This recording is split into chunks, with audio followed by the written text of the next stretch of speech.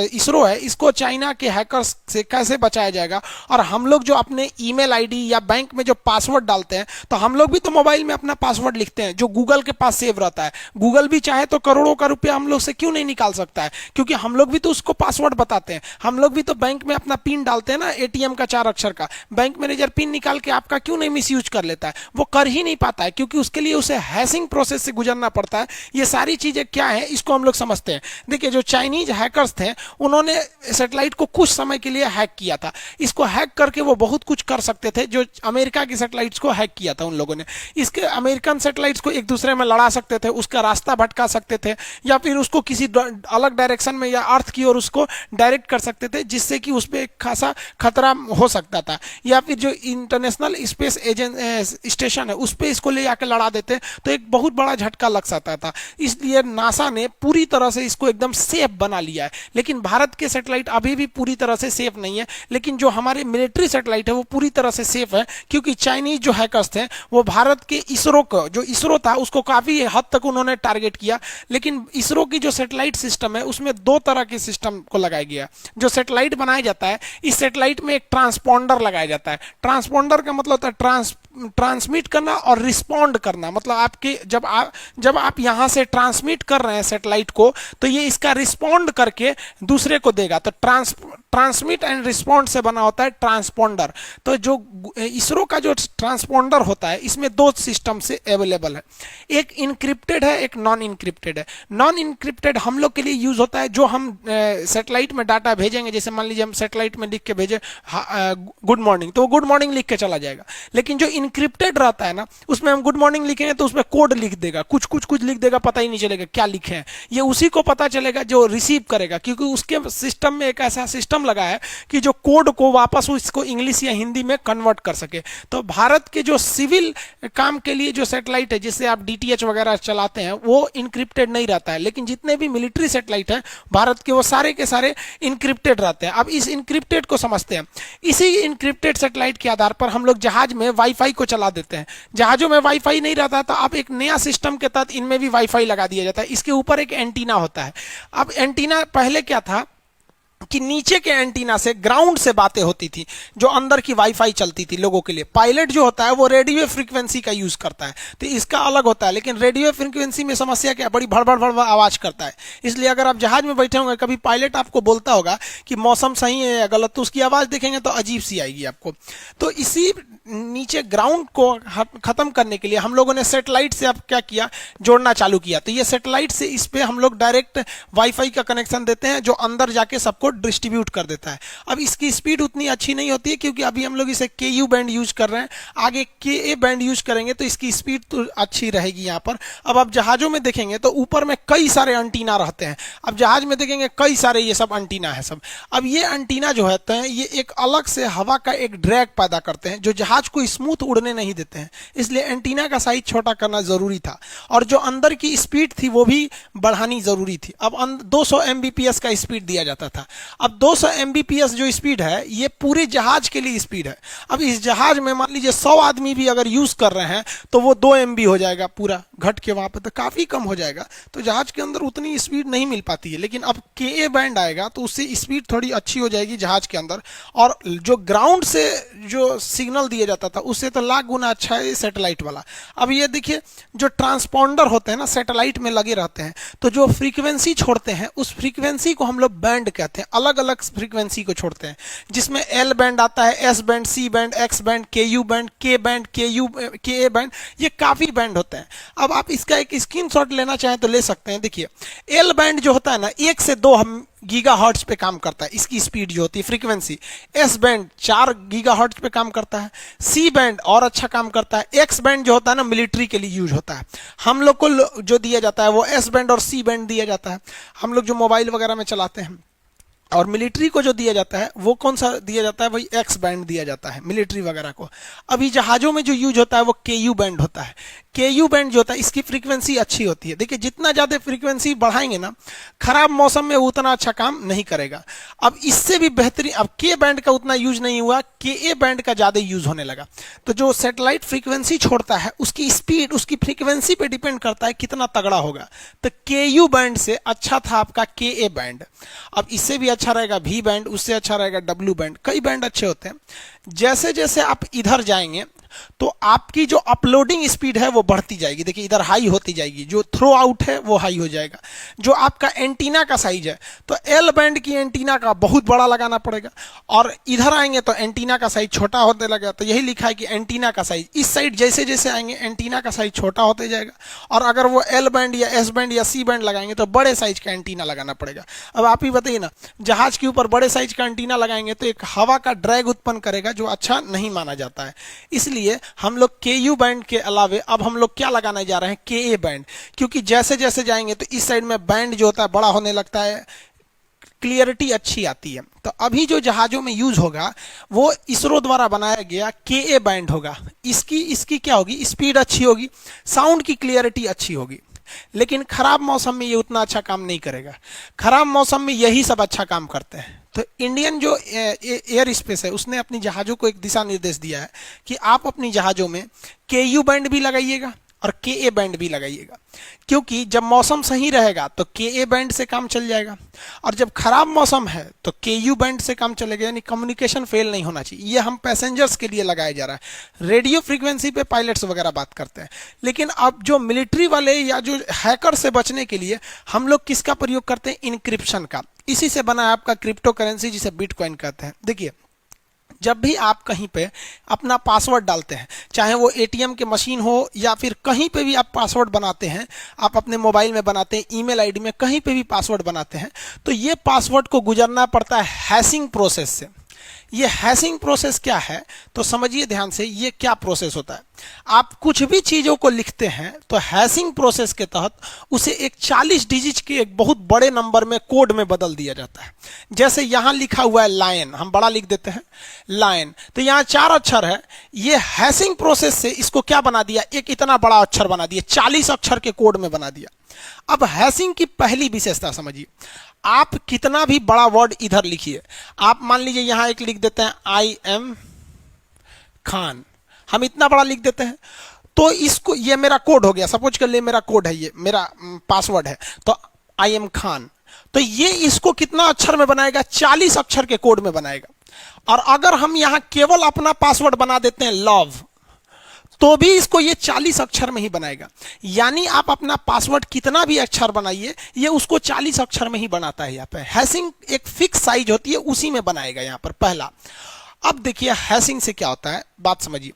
जब कभी भी आप अपना गूगल पे अपना पासवर्ड बनाते हैं तो गूगल के पास आपको पासवर्ड नहीं जाता है। जैसे मान लीजिए हमने पासवर्ड बना दिया, लाइन, सपोज कीजिए लाइन बना है, यहाँ लाइन लिखा हुआ है, हम बड़ा लिख देते हैं लाइन, तो गूगल के पास जो पासवर्ड पहुंचा है वो हैशिंग वाला पासवर्ड पहुंचा, ये पहुंचा है। तो गूगल को पता ही नहीं है कि आपने पासवर्ड लिखा क्या है, गूगल को ये इंक्रिप्शन पता है। समझ में आ गया कि नहीं आ गया। अब अगर कोई गूगल का कर्मचारी है या गूगल से किसी ने ये इनक्रिप्टेड कोड उठा लाया, तो भी वो आपका अकाउंट हैक नहीं कर पाएगा, क्योंकि उसको ये वाला कोड पता है। और अगर गलती से वो ये वाला कोड इधर से आपके अकाउंट में या पासवर्ड में भरेगा, तो वो इसका एक अलग पासवर्ड जनरेट कर देगा वहां पर। क्योंकि हैशिंग केवल वन वे डायरेक्शन में काम करता है। देखिए तीर केवल इधर बना है, यानी आप लाइन को इधर से कन्वर्ट कर सकते हैं, लेकिन अगर आपको ये वाला चीज मिलेगा तो आप इसको इधर से कन्वर्ट नहीं कर पाएंगे कि क्या लिखा हुआ है। तो आपको पासवर्ड में इंक्रिप्शन थोड़ी लिखने को बोलता है, आपको तो पासवर्ड लिखने को मिलता है। तो अगर आपको किसी का हैशिंग कोड पता चल गया तो आप ये नहीं बता पाएंगे कि वो क्या चीज लिखा हुआ है। तो दो चीज समझ में आ गया कि पहला, हैशिंग कोड कितना छोटा हो या कितना बड़ा हो, आप अगर पासवर्ड बनाते हैं तो हैशिंग के बाद उसे एक 40 डिजिट के कोड में बना दिया जाता है, पहला। दूसरा, ये वन वे काम करता है, इधर से इधर काम नहीं कर सकते। समझ में आ गया कि नहीं आ गया। अब जरा एक चीज ध्यान समझिए, ये जो हैशिंग की क्रिया हो रही है, हैशिंग मतलब पासवर्ड जनरेट करना, इस पूरी क्रिया को हम क्रिप्टोग्राफी कहते हैं। इसी से बना है क्रिप्टो करेंसी, जिसे आप बिटकॉइन बड़ी अच्छा से बड़ा आप लोग सुने होंगे, समझ में नहीं आता होगा आप लोग को, वो भी नॉर्मल चीज़ है। जब तक कोई चीज़ नहीं समझे रहते हैं तब तक तो टफ लगता है। एक नर्सरी के लड़के को एलिफेंट की स्पेलिंग ही याद नहीं होती, उसको बहुत टफ लगता है। CAT कैट उसे आसान लगता है, लेकिन जब वो समझ जाता है तो उसके लिए भी वो ईजी हो जाती है। तो आप लोग अभी क्रिप्टो करेंसी बिटकॉइन नहीं समझ रहे हैं इसलिए टफ लग रहा होगा। तो किसी भी चीज़ को कोड में बदलना क्या कहलाता है? क्रिप्टोग्राफी। और इसको हम लोग शॉर्टकट में इनक्रिप्टेड कहते हैं। अगर किसी चीज जैसे लाइन का हम क्या कर दिए, लाइन को हम क्या कर रहे हैं भाई साहब, क्रिप्टोग्राफी टेक्नोलॉजी का प्रयोग करके इसे पासवर्ड जनरेट किए हैं, यानी इसको हम इनक्रिप्ट किए हैं। इनक्रिप्ट करने के बाद जो हमें पासवर्ड मिला है उसे हम लोग कहते हैं हैशिंग। तो ये वाली चीज क्या है? हैशिंग। और ये पूरा प्रोसेस क्या कहलाता है? क्रिप्टोग्राफी कहलाता है, या इसी को क्या कहते हैं? इनक्रिप्ट कहते हैं। इसमें इनक्रिप्ट करने में 1 सेकेंड का टाइम लगता है। तो जब भी आप कभी अपने गूगल अकाउंट पे या कहीं भी ऑनलाइन अपना पासवर्ड डालते हैं तो तुरंत कोई चीज नहीं खुलती है। जब आप पासवर्ड भरते हैं ना तो उसका क्या किया जाता है? हैशिंग कोड ढूंढा जाता है। जैसे आपने पासवर्ड बना लाइन, तो उसका लाइन का वहां क्या बनेगा? ये वाला कोड बनेगा। जो भी कोड गूगल क्या याद रखा है आपका? ये वाला कोड याद रखा है। समझ में आ गया कि नहीं आ गया? इसलिए गूगल से भी आप सुरक्षित हैं। इसमें एक और चीज क्या खासियत है कि अगर आप इसमें थोड़ा सा भी चेंजिंग करते हैं, जैसे हम लाइन के जगह पे लायंस लिख देते हैं, बहुत सारे शेर, तो यहां पर ये वाला पासवर्ड टोटली चेंज हो जाएगा। यानी अगर इधर एक भी चेंजिंग किए ना तो ये टोटली चेंज हो जाएगा, ताकि दुनिया में किसी को यही नहीं पता चलता है कि किस हैश कोड का कौन सा ओरिजिनल वर्ड है, क्योंकि मोबाइल में आपको ओरिजिनल वर्ड भरना होता है, न कि आपको हैशिंग कोड भरना होता है। अगर मान लीजिए मेरा पासवर्ड लाइन है लेकिन किसी को ये हैशिंग कोड मिला, ये भरेगा तो नहीं खुलेगा, वो कहेगा कि भैया तुम ये भरो, हम कन्वर्ट करेंगे कि क्या चीज है। इस हिसाब से काम करता है। हर चीज का हैशिंग कोड अलग होता है। कुछ भी चीज लेंगे तो उसका हैशिंग कोड अलग होता है। आप जो भी पासवर्ड बनाते हैं, आप समझ गए, आपका पासवर्ड कहीं भी, जैसे आप मेरे एप्लीकेशन पे पढ़ते हैं तो आप अपना पासवर्ड बनाते हैं, तो मेरे पास वो पासवर्ड चला आता है, लेकिन हमको ही नहीं पता चलता है ससुर आपने पासवर्ड बनाया क्या। कई लड़के मोबाइल में, हम मेरा एप्लीकेशन डाउनलोड करेंगे खान सर ऑफिशियल, तो उसमें कहता है क्रिएट पासवर्ड, तो लड़कों को लगता है ये ईमेल आईडी का पासवर्ड मांग रहा है, तो लड़का सब अपने ईमेल आईडी का पासवर्ड भर देता है। भाई साहब वहां आपका पासवर्ड बनाने के लिए कहता है, जिस तरह आप अपने एटीएम का बनाते हैं कि आप मेरे एप्लीकेशन को आप ही पढ़ सके क्योंकि आप फीस दिए हैं, तो अपने पासवर्ड भर देता है, वो भी मेरे पास आ जाता है। लेकिन भैया आप उससे डरिए नहीं। क्यों नहीं डरिए? क्योंकि आप कुछ भी लिखे होंगे यहां पासवर्ड में, हमको वो थोड़ी आया, हमको तो उसे इनक्रिप्ट करके यानी क्रिप्टोग्राफी के द्वारा हमें उसका हैशिंग कोड मिला, और हम क्या करेंगे वो हैशिंग कोड लेके? इतना बड़ा हमका हैकर समझ रहे हैं कि हम आपका ईमेल आईडी निकालेंगे? नहीं निकाल सकते, इसलिए सुरक्षित रहिए। लेकिन इसके बाद भी ससुरा हैक कर लेता है सब। कैसे? तो उसके लिए 3 टेक्नोलॉजी का प्रयोग होता है। पहला समझिए, पहला जो टेक्नोलॉजी होता है उसे हम लोग कहते हैं रैम्बो टेबल। रैम्बो टेबल क्या है कि रैम्बो टेबल जो बड़े बड़े हैकर है ना, वो दिमाग लगा लिए हैं।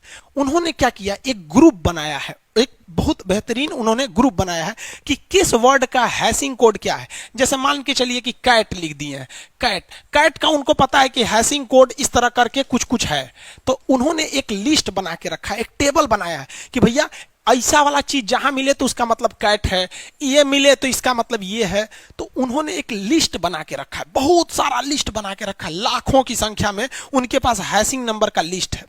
और गूगल के पास से या कहीं से भी आपका हैशिंग कोडवा चुरा के लाते हैं और इस टेबलवा में यहां पर लिख देते हैं वो। और वो क्या करता है, ये टेबल खट खट खट खट खट खट जाता है और मैच कर देता है, और वो जहां मैच करेगा वहां घेर देगा, कहेगा ससुरा का यही वाला पासवर्ड है, यही वाला पासवर्ड है। समझ में आ गया? तो आप अगर इस रैम्बो टेबल से बचना चाहते हैं तो आप ऐसा पासवर्ड बनाइए जिसमें कॉमन नेम ना है, जैसे मैंगो, लव, माय नेम, ये सब कुछ नहीं, उल्टा सीधा पासवर्ड बनाइए, तो आप इस रैम्बो टेबल से बच सकते हैं। इसके अलावे जो हैकर होते हैं सब, जो हैकिंग करते हैं सब, वो 2 चीजों का प्रयोग करते हैं सब। एक आपका ब्रूट फोर्स अटैक होता है। ब्रूट फोर्स अटैक से बचने के लिए, ब्रूट फोर्स अटैक क्या होता है, जैसे मान लीजिए मेरा पासवर्ड है, वो हैक नहीं कर पाया, लेकिन हम कभी साइबर कैफे में गए, वहां अपना पासवर्ड डाले हैं, किसी दोस्त के मोबाइल में अपना पासवर्ड डाले हैं, किसी और में, तो जो ब्रूट फोर्स होता है ना, दूसरे वाले में से सर्च करते करते थोड़ा निकाल के और फिर रैम्बो टेबल में रख के एक आइडिया लगा लेता है, फिर आपको हैक कर लेता है। तो ब्रूट फोर्स से बचने के लिए आपको क्या करना चाहिए, अपना पासवर्ड लंबा बनाइए, 75 ठो मोबाइल में लॉगिंग मत कीजिए, किसी दूसरे के नहीं, पर्सनल मोबाइल रखिए, पर्सनल लैपटॉप उसमें रखिए। और एक डिक्शनरी टेबल आता है, ये भी रैम्बो टेबल की तरह होता है। डिक्शनरी क्या है, उसमें बना हुआ है 10 ठो कोड बना हुआ है, अगर उसमें मैच कर गया तो आप फंस गए, नहीं तो नहीं फंस पाएंगे आप लोग। समझ में आ रहा है कि नहीं आ रहा है? हैकिंग से ज्यादातर हैकिंग कैसे, आजकल टीचरों के चैनल बड़ी ज्यादा हैक हो रहे हैं। रीजन समझिए क्या हो रहा है कि ज्यादातर जो टीचर हैं वो खुद मैनेज नहीं करते हैं। जैसे हम क्या करते हैं, हम वीडियो खुद ही बनाते हैं, एडिट खुद करते हैं, अपलोड खुद करते हैं, सब कुछ खुद करते हैं, दूसरे का कुछ नहीं करते हैं। लेकिन ज्यादातर टीचर एक स्टाफ रखे हुए हैं, अब वो रिकॉर्ड करके चलेगा, स्टाफ टीचर का मोबाइल लिया, अपने मोबाइल में वो सब कुछ रखा है। अब क्या होता है कि आपका मोबाइल सेफ है, लेकिन आपका जो स्टाफ है वो अपने दोस्त को दिया, वो अपने दोस्त को दिया, धीरे धीरे करते करते जहां 3-4 मोबाइल में लॉगिन हुआ, बस हो गया, ब्रूट फोर्स हो गया। और सबसे बड़ी टीचर्स के अकाउंट हैक होने का सबसे बड़ा कारण क्या है, वो अपने बैच का प्रचार करा रहे हैं, इसलिए हैक हो जाता है। देखिए, जैसे कोई टीचर है, उसको मान लीजिए वो अच्छा पढ़ा रहा है सपोज, लेकिन वो चाहता है कि हमको इंडिया के कम से कम 10 लाख स्टूडेंट हमें देखें, और 10 लाख देखने के लिए तो कंपनी आती है जिसे कहा जाता है सोशल मीडिया सोल्यूशन। तो सोशल मीडिया सोल्यूशन वाले क्या कहते हैं कि आप हमें 2 लाख दे दीजिए, हम अलग अलग लड़कों के ईमेल पे भेज देंगे वो लोग। अब वो क्या करते हैं, उनका वीडियो हो गया, डेमो वीडियो, और आपको प्रचार करने के लिए भेजेंगे, तो आप ही के चैनलवा से कराएंगे ना, तो आप उस कंपनी को अपना पासवर्ड बताते हैं, ईमेल आईडी बनाते हैं। अब वो कंपनी वाले का जो लैपटॉप होता है वो सेफ नहीं होता है, उस पर हजारों लोग कस्टमर बन के आए रहते हैं। आप अपनी आईडी को सुरक्षित रखते हैं, लेकिन कंपनी वालों के लिए आप कस्टमर हैं, आप उनको दे दिए, और जहां दिए तो आपका तो प्रचार करा दिया, आप खूब यूट्यूब पे हल्ला हो गया, अरे भाई सर जी बहुत अच्छा पढ़ा रहे हैं, और 2-4 महीना बाद उनका हैक हो जाता है। इसलिए जितने टीचर्स का हैक हुआ है, आप देखिएगा कि ज्यादातर वो टीचर ऐड लगवाए होंगे अपना प्रचार के लिए, तो वो भी हो जाता है। हम ये नहीं कहते हैं कि जितने लोग ऐड लगवाते हैं उनका हैक ही हो जाता है, जो नहीं भी लगवाते हैं उनका भी हैक हो जाता है। हम ये संभावना बता रहे हैं, क्योंकि हम कई जैसे एथिकल हैकर होते हैं ना, जो बैंकिंग को हैक होने से बचाते हैं, उन लोग से बात किए तो वो लोग कहते हैं कि कहीं ना कहीं तो हम लोग गलती करते हैं, कहीं ना कहीं गलती कर देते हैं, जिससे ये हो जाता है। समझ में आ रहा है कि नहीं आ रहा? तो ये हैकिंग समझ में आ गया कि कैसे कैसे ये लोग हैकिंग का काम कर देते हैं। लेकिन जो है ये हैशिंग का काम है, इसमें एक गलती हो जाती है। गलती क्या है कि अगर आपने लिखा कार, तो कार के लिए जो हैशिंग कोड बनेगा वो हर हाल में एक ही रहेगा, वो कभी चेंज नहीं हो सकता है। मान लीजिए 40 अक्षर का कुछ भी कोड बना दिया, सपोज कि कार के लिए ये कोड बना दिया, तो दुनिया का कोई भी व्यक्ति अगर कार लिखता है तो कोड यही हो जाएगा। तो एक बात बताइए, अगर जो हैकर है वो ये वाला कोड को सेव कर लेगा कि भैया ये कोड का मतलब कार, समझ में आएगी कि नहीं आएगा? अब वैसे ही मान लीजिए कोई लिख रहा है न्यू, तो न्यू के लिए भी कोई एक कोड बनेगा इस टाइप का, कुछ भी हमेशा न्यू हो गया। अब किसी ने अपने पासवर्ड बना दिया न्यू कार जैसे बनाया, तो हैकर क्या करते हैं सब, आपका ये वाला हैशिंग कोड कैसे भी जुगाड़ कर लेता है सब, और इसको कहाँ ले जाएगा सब, रैम्बो टेबल में। रैम्बो टेबल में पहले से ये सेव है क्या कि भैया इसका मतलब कार, इसका मतलब न्यू, वो बता दिया भैया इस पासवर्ड का मतलब होता है न्यू कार, और वो बैठ के आपका हैक कर लेगा। अब आपका अकाउंट साफ कर दे या चैनल उड़ा दे या कुछ भी कर दे, अलग अलग कर सकता है। तो इससे बचने के लिए एक और बेहतरीन चीज निकाला गया, कहा गया कि हैशिंग तो होगा ही, लेकिन इसी में साल्टिंग कर दिया जाए, साल्ट जोड़ दिया जाए, खाना में थोड़ा सा नमक वमक छिड़क दीजिए तो और टेस्टी हो जाता है। तो साल्ट क्या प्रोसेस कर दिया गया। अब ससुराइए साल्ट क्या है, देखिए, salt is an advance system of hashing. Salt और हैशिंग में बस अंतर क्या चीज है, देखिए क्या है कि जब कभी आप हैशिंग लिखते हैं, जैसे मान लीजिए कार का हैशिंग लिखे, जैसे यहां देखिए, यहां फू बार लिखा हुआ है, फू बार, ये भाई साहब किसी का कोड है, पासवर्ड है फू बार। तो जब कभी भी ये साल्टिंग से यूज करेंगे ना, साल्टिंग से, तो साल्टिंग क्या करता है कि फू बार का हैशिंग बनाएगा। यहां देखिए हैशिंग बनाया है, यहां हम लिख देते हैं, आपको नहीं दिख रहा होगा, UYFIEEIRU ऐसे बना दिया है, ठीक है। अरे भाई तुम हटो ना यहां से, यहां पे ये ऐसे बना दिया ये। लेकिन अगर यही व्यक्ति जब दोबारा लिखेगा फू बार, तो इसका वाला चीज अब की वो सेम नहीं रहेगा, आपकी चेंज हो गया। देखिए यहां आपको क्लियर नहीं दिख रहा होगा, हम लिख देते हैं ये चेंज हो गया। तो हैशिंग में और साल्टिंग में यही डिफरेंस है कि अगर आप सिंपल हैशिंग लिखिएगा तो एक खास तरह के आपके पासवर्ड का एक फिक्स आपका कोड बनाएगा, समझ में आ गया। लेकिन अगर उसी हैशिंग के साथ साथ आप साल्टिंग जोड़ देते हैं तो बार बार चेंज कर देगा उसको, तो ये कुछ ज्यादा ही सिक्योर हो जाता है। तो अगर आपका अकाउंट बिजनेस है, आप लोग जो इस क्लास को देख रहे हैं, अगर आप बड़े टीचर हैं या फिर बड़े बिजनेसमैन हैं, तो आप लोग अपने डेवलपर से बोलिए और कहिए कि हमें हैशिंग के साथ साथ साल्टिंग टेक्नोलॉजी भी दीजिए। अगर आप साल्टिंग और हैशिंग कर लिए तो आपके हैक होने का चांसेस लगभग लगभग खत्म हो जाता है। गलती आप ही कर देते हैं। गलती आप लोग कहाँ कहाँ कर देते हैं? सबसे पहला कि आप पासवर्ड इजी बना देते हैं, अपना डेट ऑफ बर्थ बना देंगे, नहीं तो मोबाइल नंबर बना देंगे। भैया ये पासवर्ड नहीं बने। पासवर्ड कम से कम रखिए 14 अक्षर का, समझ में आ गया? 14 अक्षर का पासवर्ड रखिए। और अगर पासवर्ड आपको याद हो गया तो समझिए आपका पासवर्ड स्ट्रांग नहीं है। अलग अलग चीज का यूज करिए, उसमें कुछ कैपिटल लेटर डालिए, उसमें कुछ मान लीजिए आप कुछ स्मॉल लेटर डाल दीजिए, जैसे एक तो कुछ ऐसे डाल दिए, फिर कुछ एफ ऐसे कर दिए, कुछ कुछ मतलब ऐसा डालिए कि आपको लिखना पड़े। उसमें आप मान लीजिए क्रॉस का प्रयोग कर दिए, प्लस माइनस का, डिवाइड का, अलग अलग चीज का सिंबल का यूज कीजिए। जैसे यहां देखिए स्ट्रॉन्ग पासवर्ड बनाया है, यहाँ कैपिटल टी स्मॉल टी लिखा है, फिर कैपिटल वाई लिख दिया है। अगर आप 2 अक्षर का यूज कर रहे हैं तो एक कैपिटल रखिए, एक स्मॉल रखिए, फिर कुछ इस टाइप का लाइए, तब कि आपका जो है अगर बाय द वे आपका हैशिंग कोड लीक भी हो जाए तो जल्दी आपका पासवर्ड पता ना चले। उसके बाद आप अपने मोबाइल में जब भी गूगल में जाएंगे तो 2 स्टेप वेरिफिकेशन जरूर लगाएंगे। 2 स्टेप वेरिफिकेशन जो होता है ये आपके मोबाइल को एक्स्ट्रा सिक्योर बना देता है। जैसे मान लीजिए कि हमारा कोई मोबाइल है, ये सपोज इसमें मेरा ईमेल आईडी है, आपको गलती से मेरी ईमेल आईडी पता चल गई और मेरा पासवर्ड भी पता चल गया, तो आप खटाखट कहेंगे खान सर का चैनल उड़ा देते हैं, आज तो खान सर का चैनल लीक हो गया, बड़ी भाग रहे हैं, मिलियन 2 मिलियन 3 मिलियन जा रहे हैं, हैक कर देते हैं, काम खत्म। नहीं कर पाएंगे बबुआ। आपको मेरा ईमेल आईडी भी पता चल जाए और अगर आपको मेरा पासवर्ड भी पता चल जाए तो मेरे मोबाइल में लगा हुआ है 2 स्टेप वेरिफिकेशन। जैसे आप मेरा ईमेल आईडी लिखिएगा और जैसे पासवर्ड लिखिएगा तुरंत मेरे पे मैसेज आ जाएगा कि फलानवा मोबाइल में, आपका मोबाइलो नंबर बता देगा कौन सा है, रेडमी है कि रियलमी है कि लैपटॉप है कि सिस्टम है, उसका कोड बता देगा। ये भी बता देगा किस जिला में है, बता देगा इस जिला से ये वाला मोबाइल आपको एंट्री मार रहा है ईमेल आईडी से, क्या आप परमिशन देते हैं? तो हम कह देंगे यस, तो आपका काम हो जाएगा। और हम यस करेंगे, हम सीधा कर देंगे नो, तो कहेगा कि आप सुनिए, नो मत कीजिए, आप जो है ना वो आपका पासवर्ड जान गया, आप चेंज कर दीजिए। तो हम खटर खटर खट खट खट खट करके चेंज कर देंगे। अब आप जानियो गए हैं तो कोने काम के, समझ में आ रहा है कि नहीं आ रहा है? तो 2 स्टेप वेरिफिकेशन जरूर रखिए। इससे अगर ये नहीं है तो समझिए आप चौपट।